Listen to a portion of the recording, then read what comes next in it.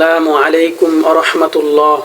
প্রিয় দিনী ভাই ও বোনেরা, আজকে আমি আপনাদের সামনে এমন একটি গুরুত্বপূর্ণ হাদিস নিয়ে এসেছি, যেই হাদিসের মাধ্যমে জানতে পারবো কিভাবে কিয়ামতের ময়দানে আল্লাহ পাকের রহমতের ছায়ার নিচে থাকা যায়।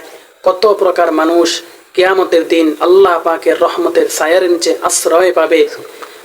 আমরা এই ভিডিওটা অবশ্যই শেয়ার করে দেব, লাইক কমেন্ট করব এবং আমাদের এই চ্যানেলটাকে অবশ্যই সাবস্ক্রাইব করতে ভুলব না।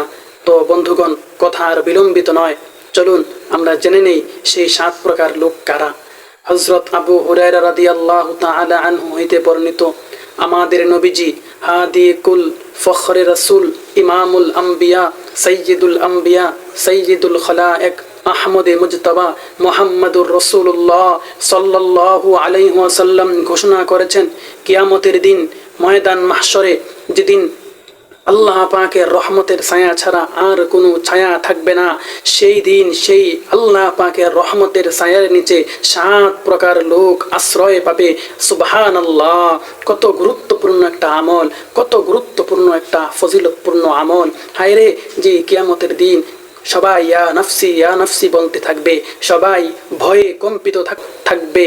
সেই কিয়ামতের দিন আল্লাহ পাকের রহমতের ছায়ার নিচে 7 প্রকার লোক স্থান পাবে। আমরা অনেকেই তা জানি না, সেই 7 প্রকার লোক কারা।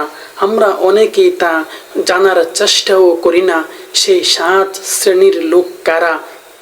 আজকের এই ভিডিওর মাধ্যমে আমরা অবশ্যই জেনে নেব সেই 7 প্রকার লোক কারা। সেই 7 প্রকার লোকের মধ্যে আমি অন্তর্ভুক্ত আছি কিনা, সেই 7 প্রকার মানুষের মধ্যেও আমি আছি কিনা, একটু আমরা হিসাব মিলাবো। আমি এই 7 গুণের গুণান্বিত হতে পারলাম কিনা, আমি এই 7 প্রকার গুণের অধিকারী হতে পারলাম কিনা। তাই বন্ধুগণ, জেনে নেই সেই 7 প্রকার লোক কারা। 1 নাম্বার, ন্যায়পরায়ণ বাদশাহ। 2 নাম্বার, ওই যুবক যে যুবক তার যৌবনে আল্লাহ পাকের ইবাদত করে। 3 নাম্বার, ওই ব্যক্তি যার দিল, যার অন্তর মসজিদের সাথে সংযুক্ত থাকে। 4 নাম্বার, ওই দুজন যারা আল্লাহকে সন্তুষ্ট করার উদ্দেশ্যে একে অপরকে মহব্বত করে, একে অপরকে ভালোবাসে এবং তারই জন্য একে অপরের সাথে একত্রিত হয় এবং তারই জন্য একে অপর থেকে বিচ্ছিত হয়। 5 নাম্বার হলো ওই ব্যক্তি যাকে কোনো রূপসী, কোনো সুন্দরী রূপসী নারী তাকে অপকর্মের জন্য আহ্বান করে, তখন সে বলে দেয়, আমি আল্লাহকে ভয় করি, আমি এই অপকর্ম করতে পারবো না, আমি আল্লাহকে ভয় করি।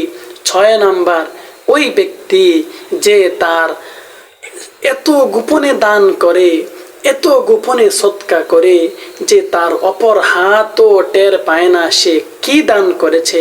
7 নাম্বার হলো ওই ব্যক্তি যে নীরবে নির্জনে আল্লাহ পাকের জিকির করে, নীরবে নির্জনে আল্লাহ পাকের জিকিরে মশগুল থাকে এবং আল্লাহ পাকের ভয়ে তার চোখ দিয়ে চোখের পানি প্রবাহিত করে, চোখের অশ্রু প্রবাহিত করে।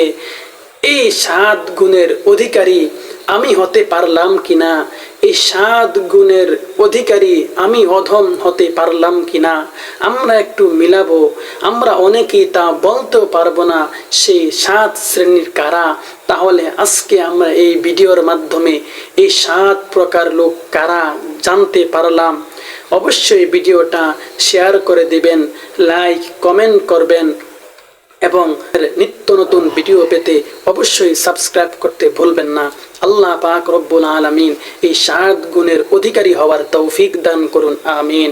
আল্লাহ পাক রব্বুল আলামিন আমাদেরকে এই 7 গুণে গুণান্বিত হয়ে সেই কিয়ামতের দিন আল্লাহ পাকের নিজ রহমতের ছায়ার নিচে আশ্রয় পাওয়ার তৌফিক দান করুন, আমিন।